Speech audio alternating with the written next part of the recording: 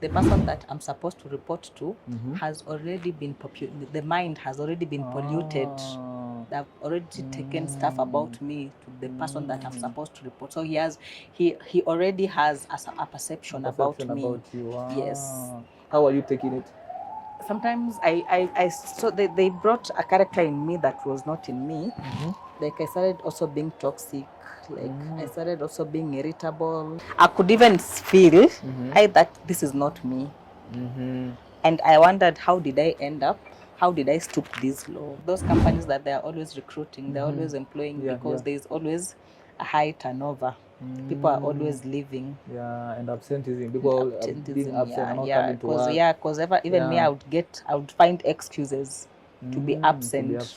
You are watching Workplace Conversations with Rosaline and Dika.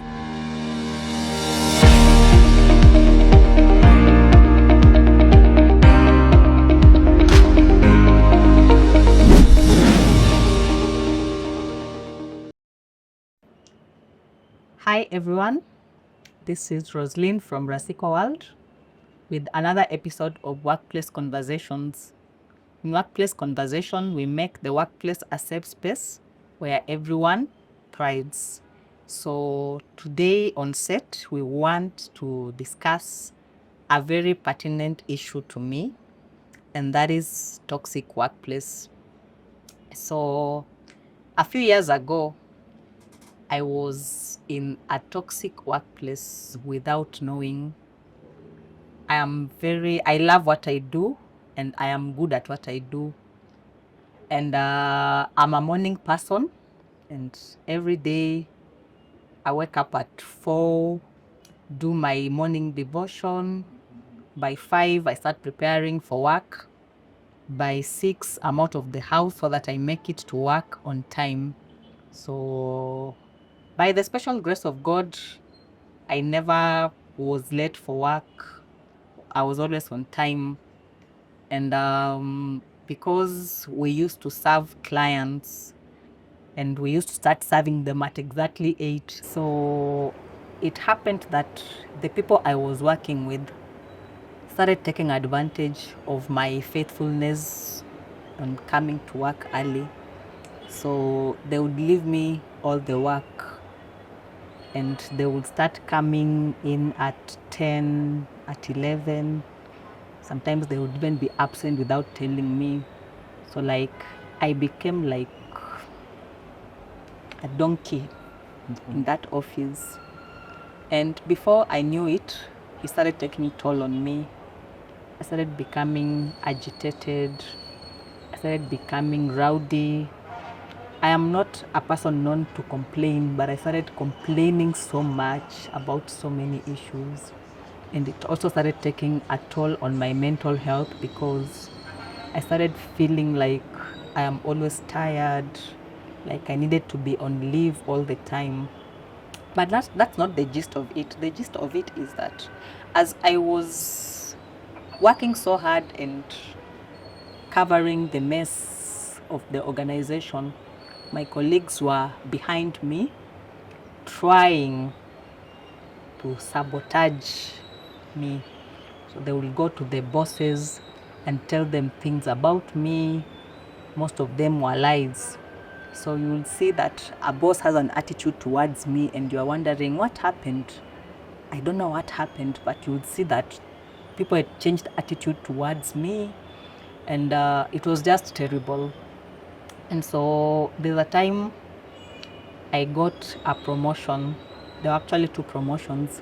So when I got those promotions, my colleagues were very hostile towards me. They started saying all sorts of things about me. And that is the time now I thought this is just too much, because I had earned my promotion. I was not given on a silver platter. I had earned it through my hard work, through me going back to school, and many things contributed to me getting that promotion. But now word out there was that I had gotten this promotion because maybe I have a good father or just many things, of which were not true. And it really affected me. The person that used to wake up so early, I didn't have any urge of now waking up early. Like I would be absent so many days, and not that I was sick, it's just because I didn't think I wanted to go to work anymore. And it happened for a long time until I was contemplating resigning. But thank God, when I was just thinking of resigning, a transfer came, and that is how I came to leave that toxic workplace. And so today on set, I have a guest that would like to tackle this topic of toxic workplace, and I'll allow him to introduce himself. Thank you so much. My good name is Anthony Njenga. I am a counseling psychologist. I am also a mental health coach and advocate. I'm a mentor, and I'm also a founder at Onit Hills Center, and I'm glad to have this conversation with you. Karibu sana. Asante sana. So based on my story, what is your idea of a toxic workplace? Honestly, I can imagine what you went through. I can only imagine, and I can imagine how that took a toll on your mental health so bad. Yes. As I was following up your story, you've mentioned that you are so good in coming early at work, like waking up in the morning, I'm doing an early stuff. bird. I function very well in the morning. Yeah, you do your prayers or your devotion, then you go to work early now, but your colleagues started taking advantage of that, and now they started coming late. To a point now you got a promotion, and now they started now looking down on you, treating you in a very harassing you and stuff like that. And I can imagine how that affected you. And honestly, based on what you've just said in your story, that, to sum it in one word, it's a very toxic place. And most of the time, and it is what is currently happening, the people who are in the job place and the job markets right now, and they are going through the same, like they don't know how to go about it. They really don't know what to do in that particular scenario, bearing in mind, taking a good example with our country, there are no jobs because these governance issues in our countries and country and stuff like that. So honestly, your story is so sad, and I can imagine there's so many people who are relating with you in that particular story. And I can imagine that has to do a lot with the poor leadership in that. Would you say it's poor leadership? I didn't mention that there were sometimes opportunities would come, like traveling opportunities, and I would just be left out deliberately. And people were making some extra cash, and I'm there, yet I am now doing the what to say, the donkey work. The donkey work. They were overloading you with so much tasks. Yes. Can you imagine? That's so sad. So there's a lot of that has to do with that. I can imagine now, if you had that opportunity, were you able to report it? Were you able to say it to maybe the in charge? I was not able because the person that I'm supposed to report to has already been the mind has already been polluted. They've already taken stuff about me to the person that I'm supposed to report. So he already has a perception about me. About you. Yes. So now, say if you are not transferred, allow me pass it to you. Say if you are not transferred. I was on my way of resigning. I didn't care that I had another job or not, but I was just going to resign because of everything that you went through. Yes. But do you think that is viable? Like, for example, if now, say someone else who doesn't know what to do, and maybe they're the breadwinner in their family, would you say that is the best thing to do? Maybe just leave without knowing what next? No, it's not. But now it's what the society pushes you. Yeah, that's true. Yeah. But I think before it gets to the level or the point of now saying that I will exit or I will leave the job, I think there are so many things that we need to actually first talk about. Yeah. So just before you go ahead of yourself, what are the tell signs that you're in a toxic work environment, or just basically a toxic environment? I think the first one that I think is very major is poor leadership. If the leaders or the leadership in that workplace is bad or is poor, then it means even the energy around how that work will go around or stuff like that will be affected. Another issue, if there is a lack of communication, if there are no proper channels to actually communicate, or if there is no point you can be able to maybe communicate with a fellow colleague and tell them that you are able to, or there's something that is happening, you're being harassed and stuff like that, you see now that becomes a challenge because now if the same colleagues are the ones who are harassing you, are undermining you. And then my concern was my boss, like anapelekewa moshene about me, and he does not care to know my side of the story, but he makes a decision. Then that's bad. That's very poor leadership. In terms of communication. I think that could be the major one because you see, the leadership in that workplace was not working and was not good. Yeah. And that affected also not only you, but also how the other employees in that same workplace were working. You see now, kama the boss or the leader or the in charge was being polluted by the gossips that were being taken to him about you, then it becomes a major challenge. And I think that is one of the major challenges when it comes to the signs of a toxic workplace. And I was talking also about the communication. You see now you didn't have the right channel to address the issue too, because if you go talk to this in charge, the in charge has already been polluted by bad things or bad stuff about you, then it will be a big issue when it comes to how you also can imagine now it also affected how you also facilitating your services at that workplace. So the other thing I think also is if there is no psychological safety. Psychological safety is now that aspect of being able to say that, you know what, politely but firmly saying, you know what you guys are doing is not right. Politely but firmly. Like you say no to, you see, what you're doing, guys, is not right. Instead of you doing that, you should have listened to me. But if there are no such channels to address your grievances or your issues, then it becomes a challenge. So basically, I think the signs, if there is poor leadership, if there is no communication, if there is a lack of that psychological safety, it becomes a major challenge with that workplace to maneuver when it comes to ensuring the work is and then you could also see that there was open discrimination and harassment. Oh yes, yes, you are discriminated, you're harassed. I can imagine based on now, it's not that it's a bad thing for you coming early to work. Ilikuwa mbaya, haikuwa mbaya. So that because I'm coming early now, I carry the load. Now that becomes a major. And you see, it is happening. There are people who are going through the same stuff, and I think this conversation is timely, and they are wondering on what to do. And psychological safety especially, like just being there, and the way we are saying at workplace, we are trying to make the workplace a safe space where everybody thrives. But now you don't have any support. Like I have even to struggle waking up. Like I used to struggle. The person that used to wake up at 4, I struggled because now I'm wondering, where am I going? Let me ask you, for how long did that go on before you were transferred? Almost 3 years. Almost 3 years? Yes. Now, at that particular period, is there any personal, like something you are doing to protect your mental health at that moment as all this is going on? I think I just used to pray, but how much can you rely on? I know God is everything, but you see, other than praying, you need other support. But that support, you are not getting it. Did you maybe try journaling? Maybe. Yes, I used to write and how that's you feel. How I'm even now writing a book. I'm writing my first book on toxic workplace. Wow. That's a good thing. Then if you had something that you're doing, then that's I'm writing that book purely out of my experiences. And then it's not necessarily my experience, but another sign that we are in a toxic workplace, I think there's always, those companies that they're always recruiting, they're always employing because there's always a high turnover. People are always leaving. And absenteeism. People being absent and not coming to work. Because even me, I would find excuses to be absent.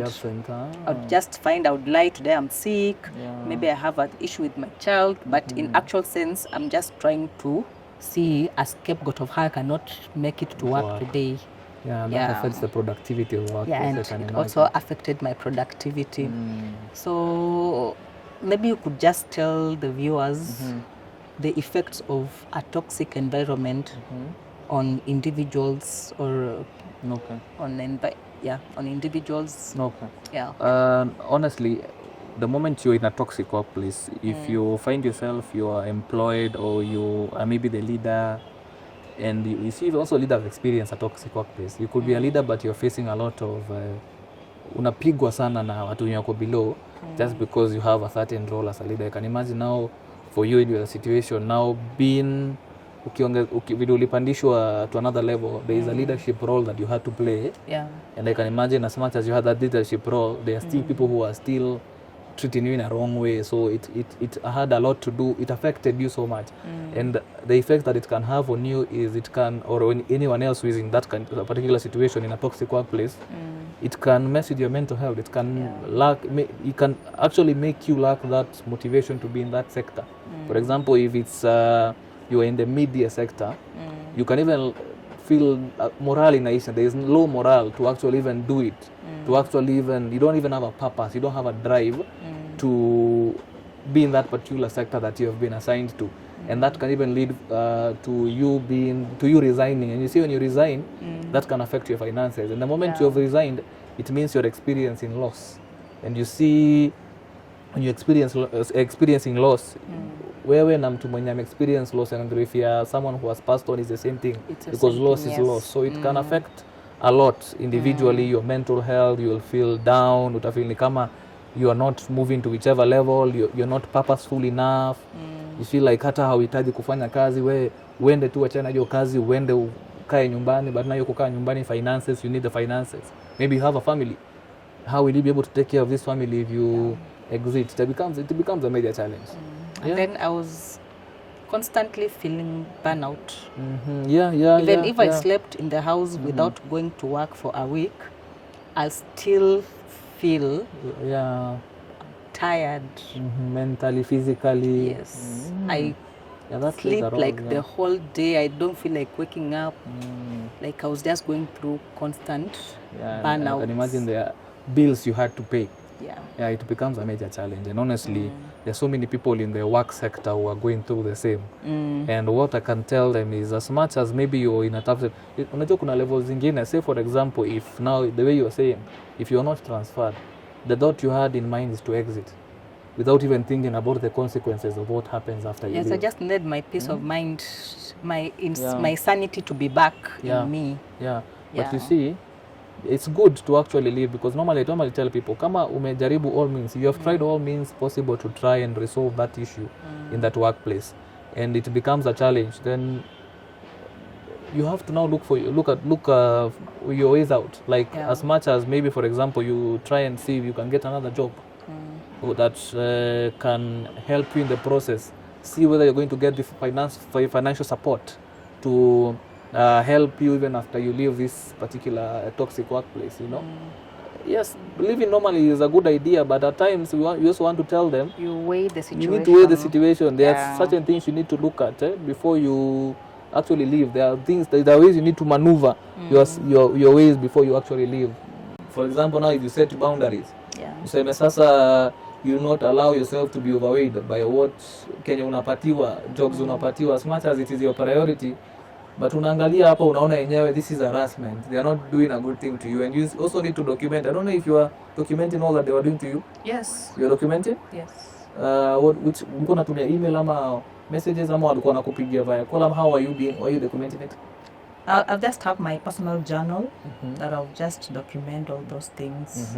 Yeah. That's good. And also I think also what you needed to do is to and also to the people, they need to focus on what they can control. You see, when it comes to a toxic behavior in a workplace, you can't control how someone is when it comes to toxicity. That is their own problem. That is their own issue that they need to deal with.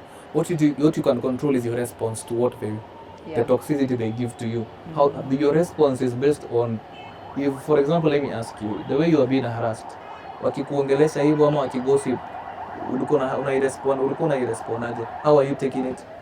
Sometimes so they brought a character in me that was not in me. Like I started also being toxic. Like I started also being irritable. Ile aura for aura. So una match ile intensity yenye amekuletea. Kaende. Yes. So they ended up bringing a character that was not me. So I could even feel that this is not me. And I wondered, how did I end up? How did I stoop this low? You know, that affects a lot. Then can imagine you now had to bring yourself into who you are not. Yes. And now that had to change a lot to do with your character. Yes. And you see now when your character is changed, most of the time it becomes a major challenge even moving forward. Kuendelea sasa inakuwa challenge juu you might find yourself even maintaining the same character at some point without you realizing kumbe ilitoka kwa the previous toxic workplace. Yeah. And then I think also the stagnation and career growth it has a lot to do with toxicity because as we've said jobs are nowadays getting a job is very hard. And the few that are there career growth becomes a very big issue. Big challenge, So unapata somebody has been in the same job group for 10 years. So that in itself also makes this person stagnated, toxic because they are wondering, I've just been in the same level for all this time. I'm not moving. That's true. So an issue. that also changias to this toxic work environment. And then I think for my case, what you really used to bring this toxicity to play ni vile umesema poor leadership because I always believe that our bosses used to encourage this thing because tell me why somebody is coming to you telling me about Anthony telling me about Anthony and then you are also encouraging them to tell you about Anthony like huwazimi wambi no ama you're not telling them bring Anthony here so that we can square out this thing together, such things. And so as we finish up, what are the best ways of navigating a toxic workplace? Maneuvering, navigating all that. Yes. One. Now you found yourself in a toxic workplace and you have bills to pay, meaning you have to be there. One, you need to set boundaries, as I said. When you setting boundaries, it means you protect your time and energy. Don't find yourself doing much, like when I overextend towards what you're supposed to be actually doing. Understand? Another thing, don't be a person who tolerates being treated poorly, like unaharasiwa kila wakati. You need to set boundaries, clear boundaries. Another thing, you need to politely but firmly say no when needed. You don't owe anyone an excuse of saying no. As long as something does not fit or does not sit right with you, then you need to firmly say, you know what, hii kitu sio mzuri. Another thing, you need to focus. Wait, a lot of people normally don't think that it is okay to say no. I've actually also just learned recently that it is okay to say no. Then they lack assertiveness. You see, having that ability, assertiveness is having the ability to strongly say no and yes. If something does not sit right with you, you say no. If something sits right with you, you say yes. So if someone does something bad to you, you won't try and say, I will try and condone this person just because this person is my colleague or my boss. You strongly say no. Whether they will see you as a bad person or not, that is your perspective. They have done something wrong, it is clear. And they also know from their end maybe that they are doing something wrong. So you firmly, politely, but firmly say no when needed. So that usijipate unatumiwa vibaya ama unatumika vibaya. So if you're a person who lacks assertiveness or you lack that aspect of being able to say no strongly, politely and firmly say no, if something does not sit right with you, then you are entertaining something that is not just because unapatiwa salary. It's not all about the salary in the workplace. For how long will you keep enduring with that salary? Hata itakudrain. Hata kama unapata 100,000. Is that really realistic? It doesn't matter how much salary you are getting. If someone is treating you poorly, say it as it is. Address it in a polite and positive way or in a calm way and tell them what you're doing to me is not right. Sina ubaya ama na matusi. Kuwa na hiyo emotional intelligence, ujue that you see, as much as yes na understand venye wewe uko, but pia mimi niko in touch with how I feel. So this, what you're doing to me, nyinyi wote colleagues and the leaders, hizo harassment, that is a no for me. If you cannot be able to say that, then you will be a people pleaser. The result of lacking assertiveness is being a people pleaser. People pleaser ni kuenda na upepo, bendera ufuata upepo. Mtu akikuchapa kofia ya right unampea ya left. Nowadays mtu akikuchapa kofia ya right, hata kama Biblia inasema ukipigwa na ya left upeane ya right, mbona upeane ya right? Wewe unaona amekupiga kofi, mbona unampatia hiyo nyingine? Wachana naye, kimbia. So set boundaries. Another thing you need to do is document. Maybe tu umesema in journaling, or if it is important conversations, ama interactions, maybe kama ni email, something like that you can use maybe to escalate it to someone else or to exactly, or even record it. Yes. Another thing is focus on what you can control. Kitu yenye unaweza control, what is within your control, what is within your response. You cannot control someone's toxic behavior, but you can control your response to their toxic behavior. If someone treats you poorly, in psychology we say mtu akikufanyia kitu mbaya, issue si ati wewe ni mbaya, ni yeye amekufanyia hivyo, lakini vile uta respond ndio itamata kama nyinyi wote ni wabaya ama wewe ndio mbaya kumshinda. Sasa hiyo mtu akikuja kutusi punda, umtusi umbwa, sasa mmefanya nini? No, just punda wawili. Mtu akikutusi punda, wewe muangalie, umuulize sasa mimi nakaa punda, hata usimuulize. Wewe jiangalie, uko na hoofs kwa miguu. Ukiongea una sound hawezi.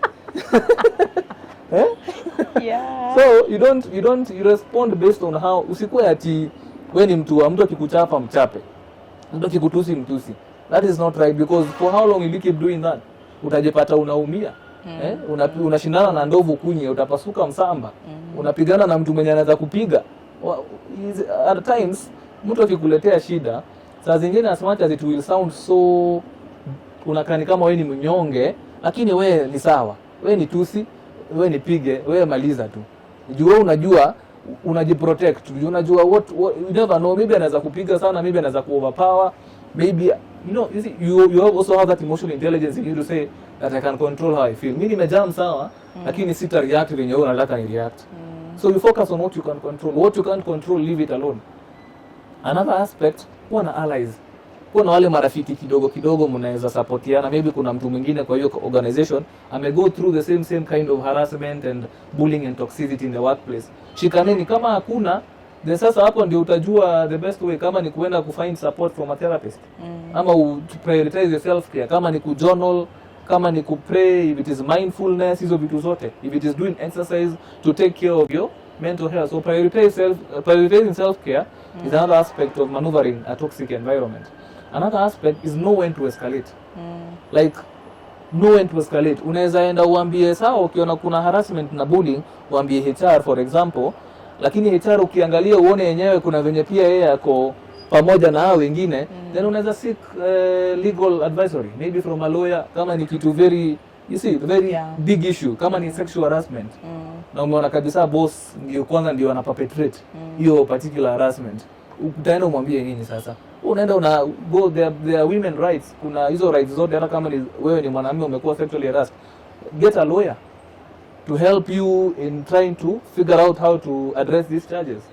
So kukiwa na hizo vitu zote, ukiweza ku set boundaries, ukidocument kila kitu, focus on what you can control, jaribu kuona kama utapata allies wenye wanaweza kusupport. Another thing, ukiweza kujua when to escalate. Another thing also is to know when to leave. Kujua wakati utatoka ni very important. Juu hautasema leo nime experience a toxic workplace, I will just exit tomorrow. You have to look at your financial situation. You just have to do a background check. Even in relationship and marriages, let me go just out of context. If two people in a relationship, couple, wamekuwa na disagreement, na maybe it's the lady who is getting 100% support from the man. Maybe for example the husband is toxic, physically abusive. Aisema leo atatoka juu hana atajisupportaje? Hajui. As much as hata kama kuna wazazi, maybe the husband can support her in a way that yeye mwenyewe ama wazazi hawezi support. So anafaa jipange, ajue kama hii job yangu ni toxic, ni nini naweza fanya ndio nitoke. You can't tell me that someone will exit a toxic job environment or workplace without a plan.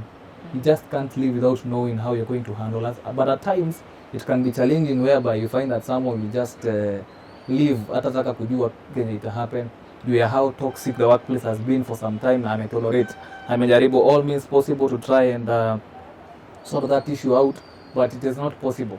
But normally I would suggest, if you're in that kind of situation and you're watching us, please ensure that hata kama imekuwa difficult sana, jaribu uone kama kuna venye unaweza jaribu kujihandle, kujimanage financially. Juu sasa kama unaishi nyumba ya 10,000 na umetoka na maybe salary yako ni kitu kama 20, try and see how will you be able to sustain your life, how will you be able to pay your rent, how will you be able to get this food, how will you be able to do ABCD things that you normally do for yourself. Don't just exit. But kuna situations tu nimesema inaweza fika useme, you know what, enough is enough, I am done with it. But normally I would say it's good to just sit down and see what is the right time to leave. Yeah, and then what I came to, out of my whole experience, what I came to realize about the perpetrators of toxicity, it's not even about me, it's always about them. Exactly. Yeah, so once you get that in your mind that it's not about you, Yes. it's about them. Yeah. Yeah, that is very important. But also another thing in psychology we say this, let me just shift a bit, a small concept. In psychology, yes, perpetrators, they have something to do with it.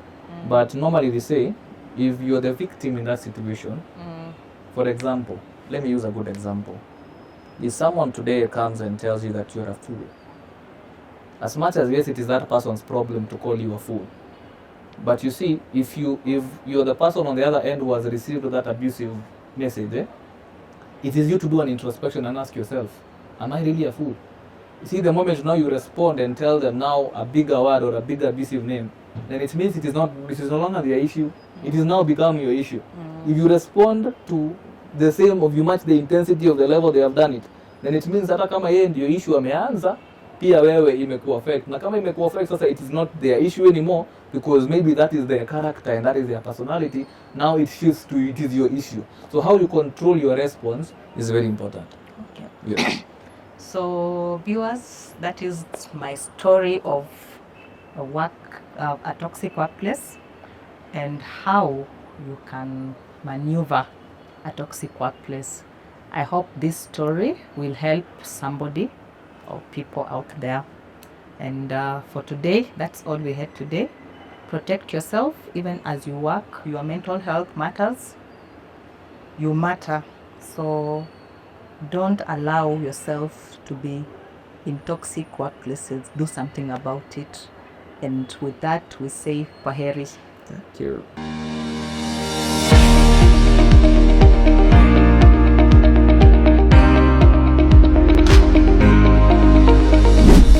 This is Workplace Conversations with Rosalind and Dika.